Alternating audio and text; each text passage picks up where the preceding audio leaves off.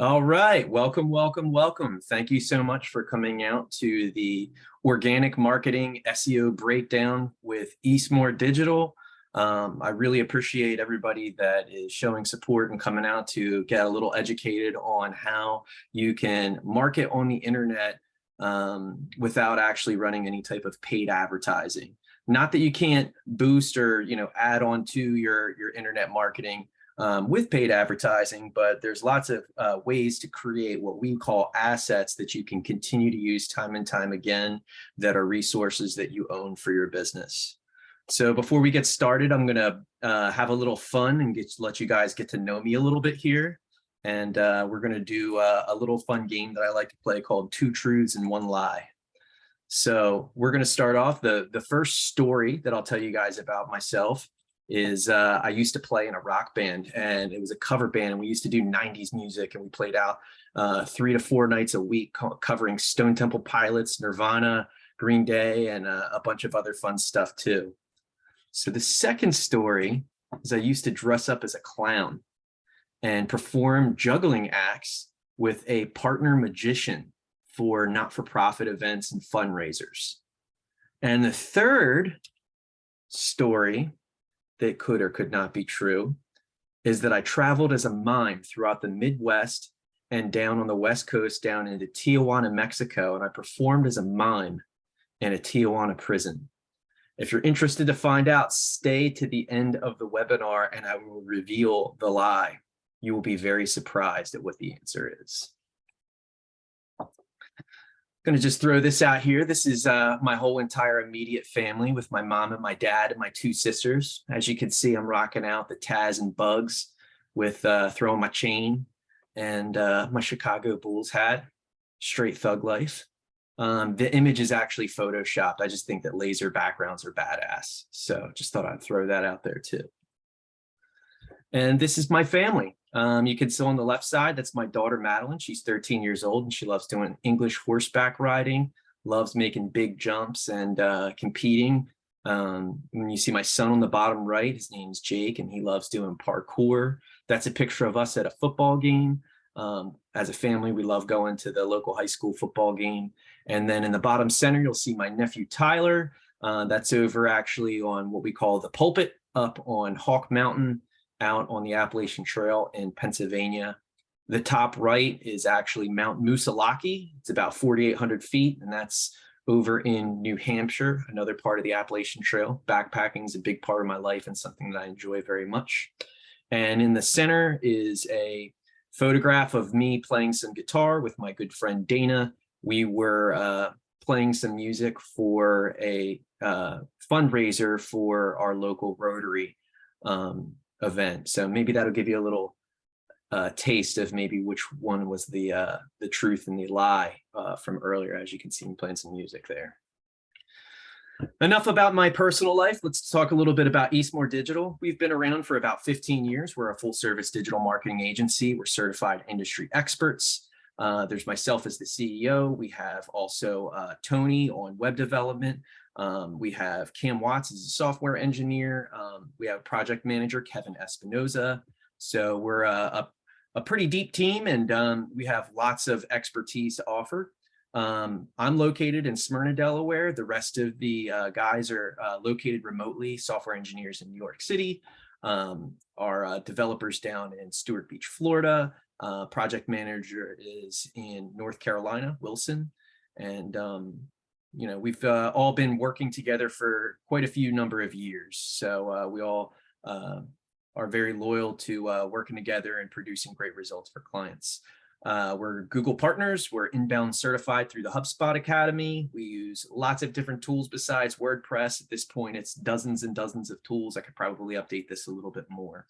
In the digital space, the digital footprint, we're able to provide just about any service that you need for your company. You'll see that we have bolded here, search engine optimization. That's really where we primarily focus in is developing great content. And that's something that we'll be talking about today so that you can get a better idea of how organic marketing works. But if you have other needs, we're happy to facilitate it. And we can send you out a copy of our rate card, or you can find it at eastmoredigital.com. So let's go ahead and jump right into it. how organic marketing works and what is organic marketing. So I'm going to share with you here some exciting stuff that I think you guys will like and be able to come away with some techniques that you can apply right to your company, and it can provide a lot of value. So we'll start off. What is organic marketing? Organic marketing is a more subtle approach to marketing that prioritizes natural outreach tactics over promotional content and paid advertising. If you have a TikTok account, send e-newsletters, or run a blog, you're practicing organic marketing. Au natural. So, how does this all work? Well, there's a couple of different components to it that we'll be diving into. The first one is a target persona.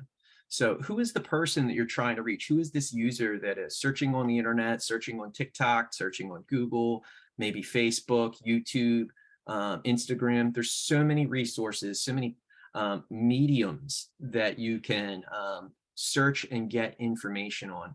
Some of the younger generations actually using TikTok a lot like they use Google to search how to fix things and lots of other stuff because of the conciseness of the videos. So it's definitely a consideration for short form video and some things like that, which also leads us into assets. There's plenty of ways to share valuable information with people that you're trying to reach.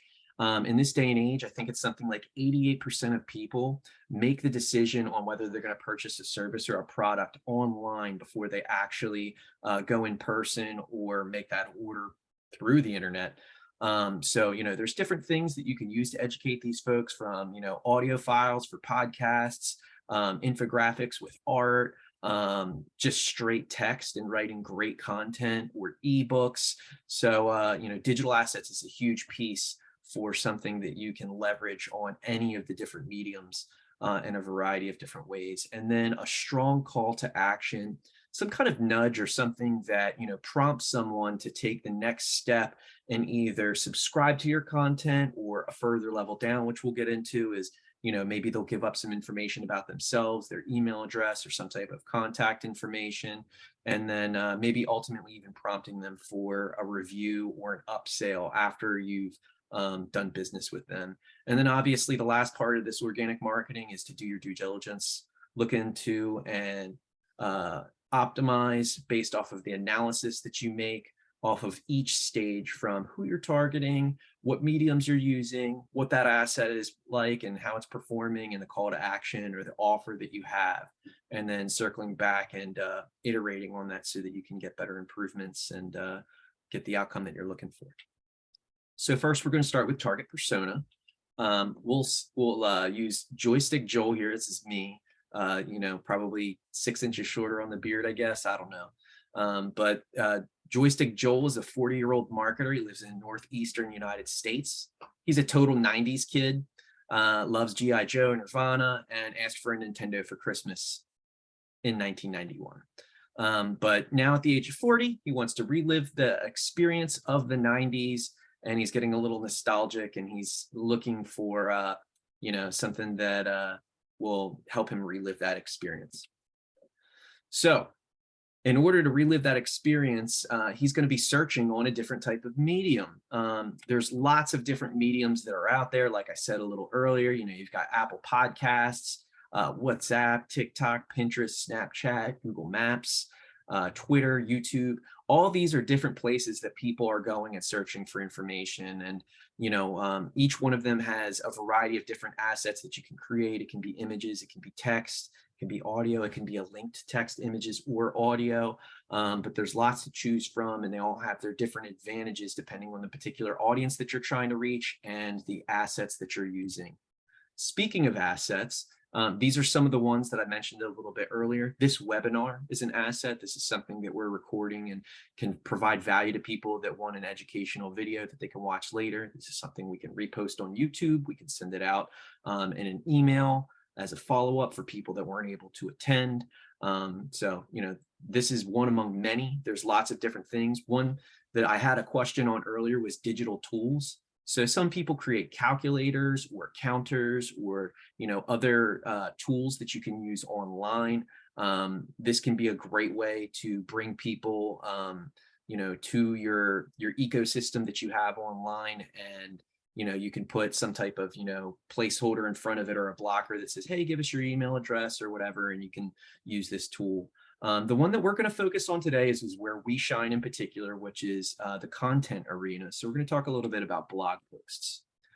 So the blog asset, what we're going to use as the example for this is back to Joystick Joel. He's trying to relive the experience of the 90s, and we're going to talk about GoldenEye. What a great game. Running around as Bond, looking for the golden gun. What a classic. So, Joystick Joel's going to be looking online, and he's going to be looking on Google. And, there's a lot of different key words that people will use that are indicative of what they're looking for, what stage they're at in what we would call the buyer's funnel. So again, we're using Google here. So this is just an example page of where you would type in a query into Google, and then you're going to get some ads, some other information, and then you have what we call the organic results, the natural search results that Google has categorized after scanning a website, all the hundreds of thousands of millions of blog posts that are out there. And in this particular case, someone might be typing in something as an example here, best retro video games. So how do we make sure our blog post comes up, the asset that we took the time to develop? And where does it fall into the mix of where someone's at in the stage that they are in discovery or, awareness or learning more about or comparing and contrasting? So as you can see here, at the top, the term is more generalized. We have best Nintendo 64 video games. So the monthly search results for that is about 75,000 because it's a very broad topic. Lots of people search for the best Nintendo 64 video games. Someone that's already familiar with what some of the best games are may be looking at something different, like comparing and contrasting. Maybe they can't decide whether they want to buy a Nintendo 64 or a PlayStation. So they might be typing in some comparative terms, this versus that, and so forth. And so what you see is it kind of pares down a little bit, and we have about 40,000 searches that actually happen on a monthly basis. Going down a little bit further, someone's really kind of zeroed in and they have a particular video game in mind, GoldenEye, and they want a review of it, just to familiarize themselves. If was this game really awesome when I played it when I was like 12 years old or not? And you can see here, there's only about 14,000 searches on a monthly basis for that. Kind of going back to compare and contrast again, but with a little bit more specificity. Did I say that right? Specificity.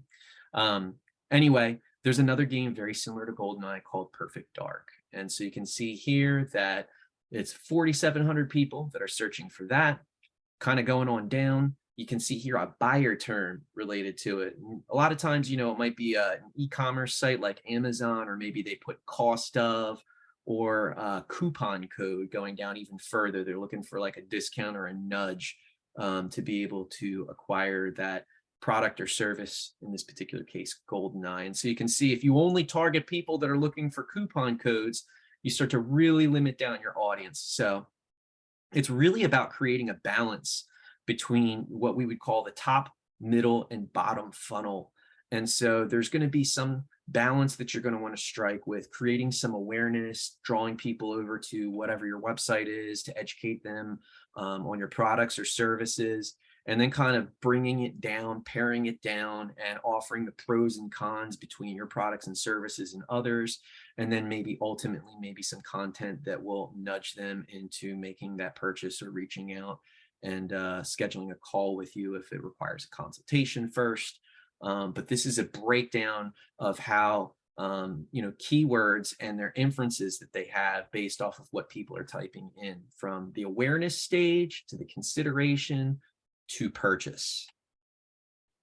So moving along, so what we do as a company is we do this type of research on the keywords, and we create that balance. And then we write articles that answer people's questions on Google, but we do it at a high expert level. A lot of times what you find is people in particular niches really want to boast about their abilities and kind of talk over people's heads with what their expertise is. And, a lot of people really just simply want their questions answered. And so we've done lots of research and gotten feedback from a lot of the work that we've done. And what we find is people typically read at about a 6th to 8th grade reading level.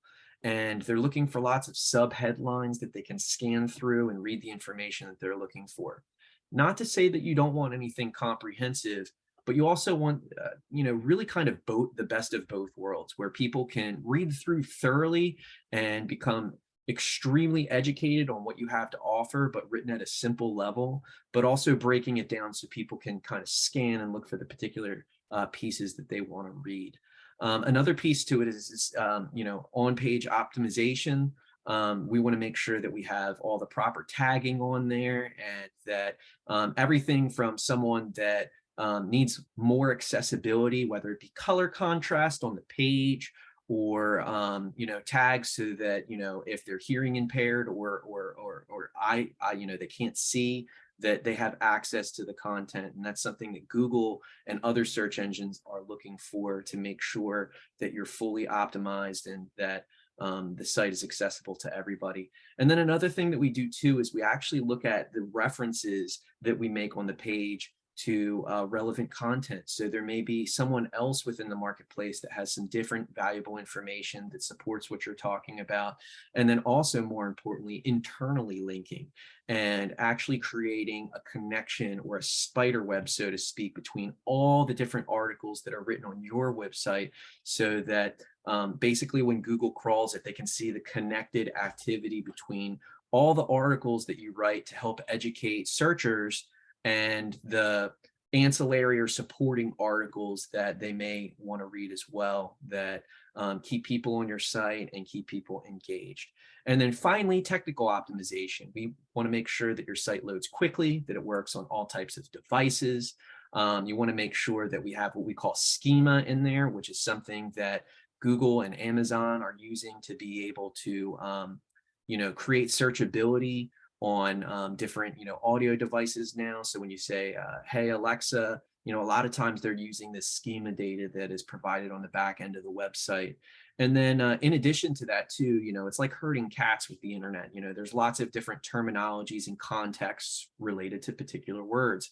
So when someone Googles the word Boston, they may be talking about the location, they might be talking about the Boston Celtics team, or they could be talking about Boston the band. And so the schema that we apply to your website and the articles that we have on there helps give more relevant context to a lot of the search engines that are supplying this information as a result to people that are inquiring and querying on the internet.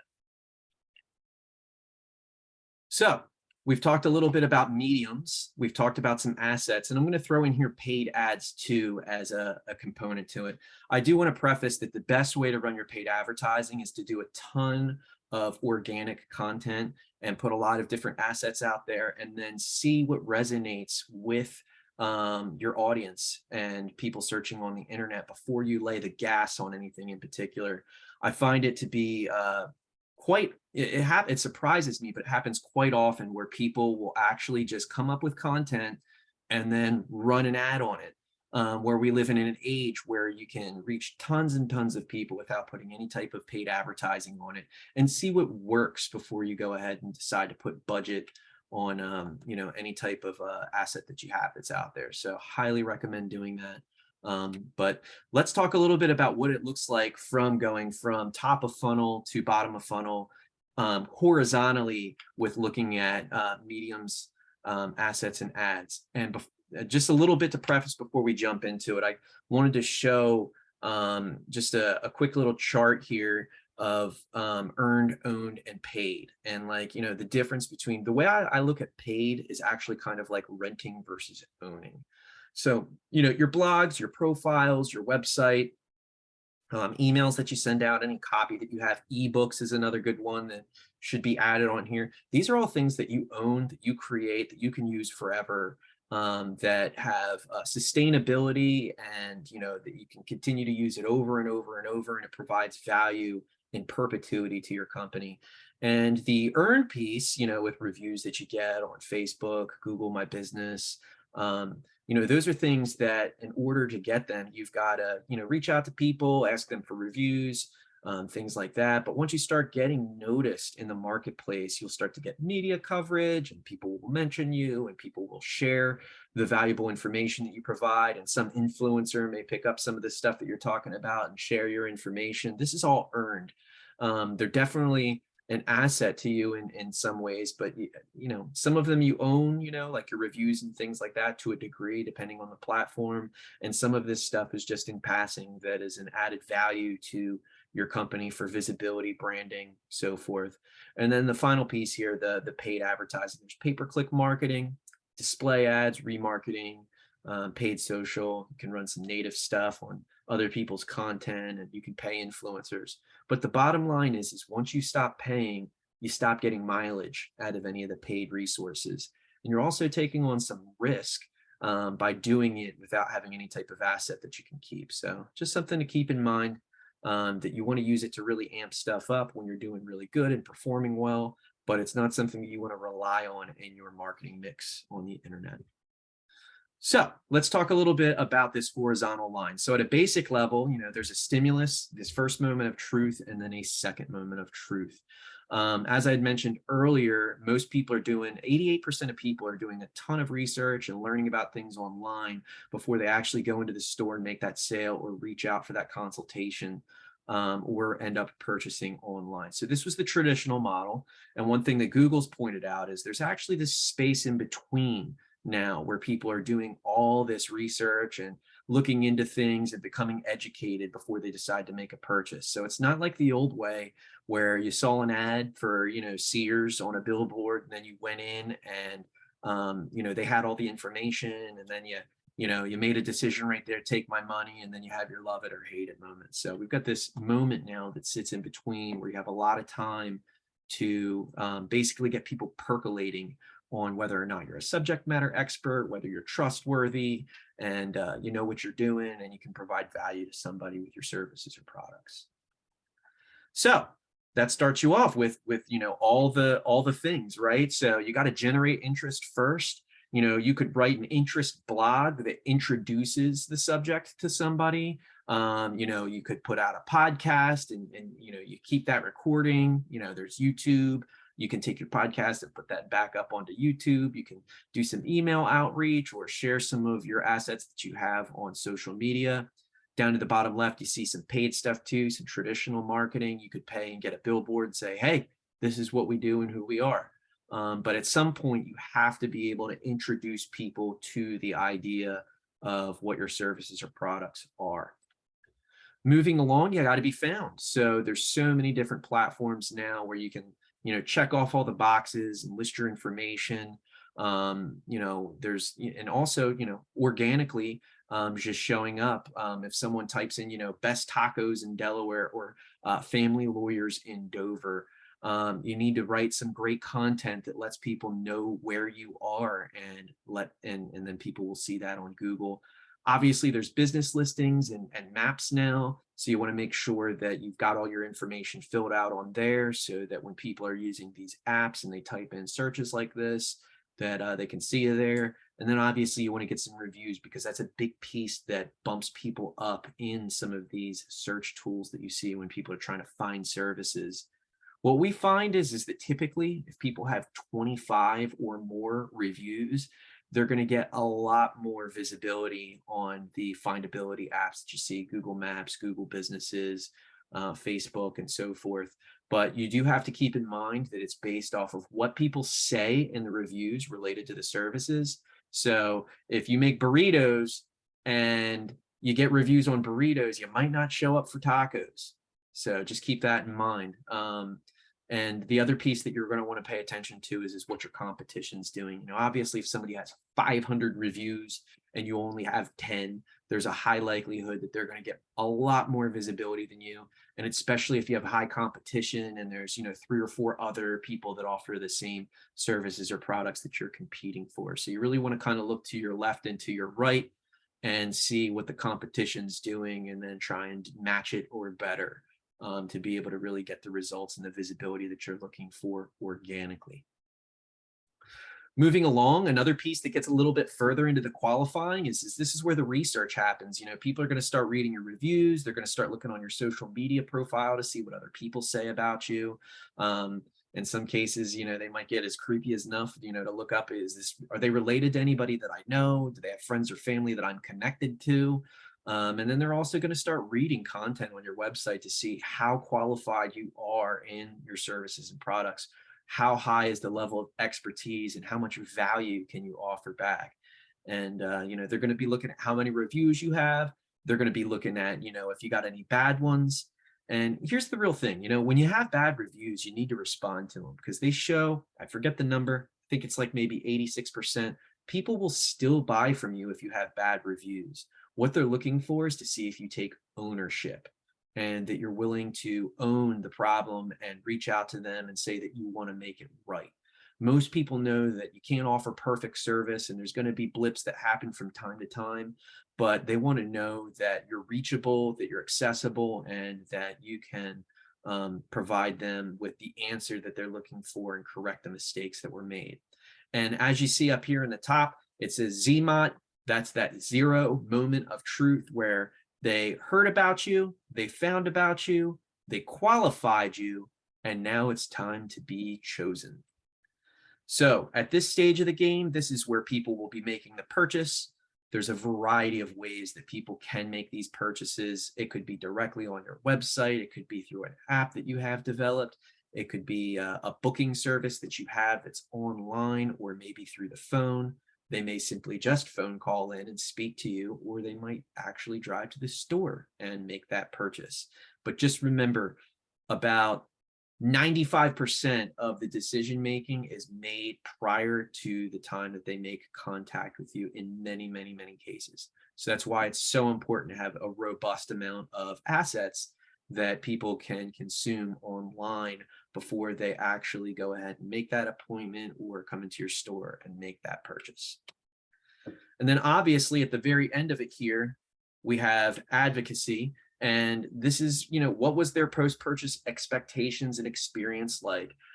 Is there a way that you can reach out to them and get some feedback and get more reviews, which will build more earned assets for you? And maybe get you some word of mouth, some other things. And then also maybe there was a bad experience, you know, maybe their reality versus their expectation wasn't quite on par, and putting in a feedback loop into place so that you can act on those different hiccups that happened in the buyer's journeys process so that you can iterate on that, make improvements, and ultimately, you know, bring in more satisfied customers with your services and products that you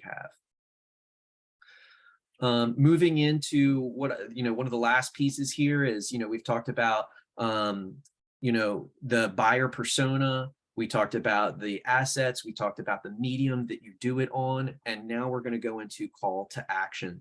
So as we discussed a little bit earlier, there's kind of like, you know, basically like 3 phases. The top of the funnel where people don't know about you, the middle funnel, and then the bottom funnel. And so what we're going to do is go through a couple of quick examples of each of these different stages of the funnels and how you can kind of prompt people or walk them down the path to becoming a fan ultimately and making purchases and reviews and referring through word of mouth and so forth for your services and products. So starting off at the top of the funnel, as an example, we're going to talk about the medium YouTube. And the digital asset here is going to be a video, an explainer video for someone that's searching online on how to generate leads. And so the thing that needs to be optimized here is, you know, having the right keywords depending on where they are in the funnel, and doing all of the boxes that are required to be checked from a technical perspective with YouTube. There's little tricks to do with playlists and with your descriptions and so many other little aspects that us as experts pay attention to help people, you know, basically rank that video and make sure that when someone types in generating online leads, that you show up at the top of those search results. And the call to action or the nudge, so to speak, here is getting them engaged and getting notifications for them subscribing to your content. So you can see right here, just a quick screenshot of a video. And you can see there's a call to action that you can actually program into the video. Up in the top right corner, you see subscribe.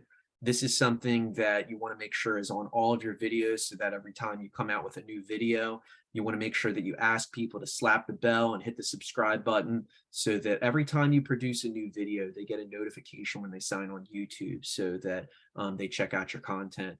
And then, at the end of the video, maybe you close out and say, hey, check out something else. We have more tips that you can, if you're trying to generate leads, you're probably going to want to show up online too. And we have a comprehensive blog article on SEO tips. Now, this can hit on a couple different angles. It could be because you've had subscribers that heard something in a video, but maybe you're trying to optimize that blog article too, so that people that are just searching on the internet for any type of SEO tips come across your blog article. And again, this gets back to the optimization of making sure that we have the right keywords in place, that we have the schema up to snuff, and that we have great technical optimization. The site loads quick and it loads on all devices. And our nudge here is going to be a little bit different. Now we're going to ask them to subscribe with their email. And the way that we're going to do that is with another digital asset that's really great, an ebook. So on our website, if you're perusing around after a little while, you may come across this SEO starter guide. It's a 30-page comprehensive guide for anybody that's trying to figure out how to do it on their own. In a lot of cases, we find that when you share the secret sauce with people, there's going to be people that are going to do it out on their own. They're probably not your right client anyway. Once they open up a guide like this, though, there's a lot of other people that go, holy cow, this is a lot of work. And so they decide that they don't want to do it. And then they wind up hiring a company that has a comprehensive understanding of what's required to get your site optimized and ranking on search engines. So this is just a simple way to get an email. Once you get that email, then maybe you can go further down the funnel. You see the connection here. You get somebody that subscribes to your YouTube content. Now they're hanging out on your website because of an article that you mentioned, and now they're giving you their email address. And so the next bottom of funnel, again, this page that I'm going to show you in the next example, it could be something that you optimize for, so that people that are just searching for an SEO agency for hire, that you'll show up for that. Or maybe they got an email because they've already become a subscriber of your YouTube channel. They've downloaded the SEO starter guide, and now you've emailed them and say, hey, we have a special offer. And in this particular case, our nudge is going to be, we're going to offer a discount for a limited time. So you can see here, this is actually some of our real packages. There is no time limit on it today, but we did Photoshop one in just to show you as an example. But this is something standard fare that we offer that is on the website, in addition to our agency rates are available on there too, if you provide us with your email. But you can see here, this might be something where, we put a discount or some other type of, incentive for anybody that signs up for one of these packages. So this is just another example of some way to entice or nudge or use a call to action to enhance the response rate that you get from people that are looking for your services and products. So after all of that, you want to take a look at your mediums, your assets, this nudge or call to action that you're using, and you want to kind of break it down and look like, how did my asset perform? How many visitors did it bring to our website, to our ecosystem, our Facebook page, our YouTube page, that were interested in the branding and the value of the content that we put out there. And then next after that, you want to look at, how many of these that new visitors came were we able to convert into a lead, maybe off of another asset that you have, that, set up an appointment or a phone call that you got at a later time. And then bottom of funnel, finally, you've got somebody that's visited, you've got somebody that's inquired or turned into a potential lead, maybe through an appointment or some type of analysis that you provide for them to do an overview of, whether they need your services or not, and you're qualifying them. And then ultimately, after those leads convert into customers, how can you maximize customer lifetime value? Get repurchases, generate referrals, word of mouth, provide reviews, and then also that feedback loop to look at like how you can reduce refunds or eliminate experiences that were not good, that where the reality did not meet the expectation. So that's pretty much it for our menu of services. You know, we have a lot of different things that we can do: lead gen tactics, content, email, and we can help with, you know, setting you up for events like this, a webinar that can be turned into a recorded video that you can send out, put on YouTube. But really just want to highlight that our primary area is getting people to rank on Google. So if you're trying to come up with a ton of content that you know it's all in your head, but you don't know how to put it to, you know, articulate it and put it out there in a personal way that represents your brand, we can write really incredible content for you. We have, you know, undergrads and, you know, retired accountants and news journalists and all types of folks that are trained in informing the uninformed and writing at a 6th to 8th grade reading level. And all of this stuff is expertly framed to be on your website, to be optimized and set up in a way that will help you be found and create visibility on the internet. So if you need anything like that, you know, give us a shout, and we'd be happy to facilitate and work with you and build out something that will help you grow your business and help make you a subject matter expert in your field and provide real value to people that are looking for your products and services. Now, this wouldn't be a great asset if I didn't have a good call to action, a nudge here. So I just want to put out there that if you're interested in one of the 3 programs that I showed you, or, you know, some type of long-term relationship where we can help build out your content strategy, we do ebooks for $1,000. It's a comprehensive guide, so we will include a complimentary ebook with any plan that you sign up for, so that you can, you know, enhance, you know, your offers and, you know, your blog and different things that you're putting out there, and hopefully convert some of your visitors into leads. So that's all I've got for you. If you've seen this webinar and you mention it, we're happy to throw in a complimentary ebook for working with us. And I just want to take the time to thank all of you guys for hopping onto this video and letting me drop some knowledge on organic marketing. And that's a wrap. So thank you very much.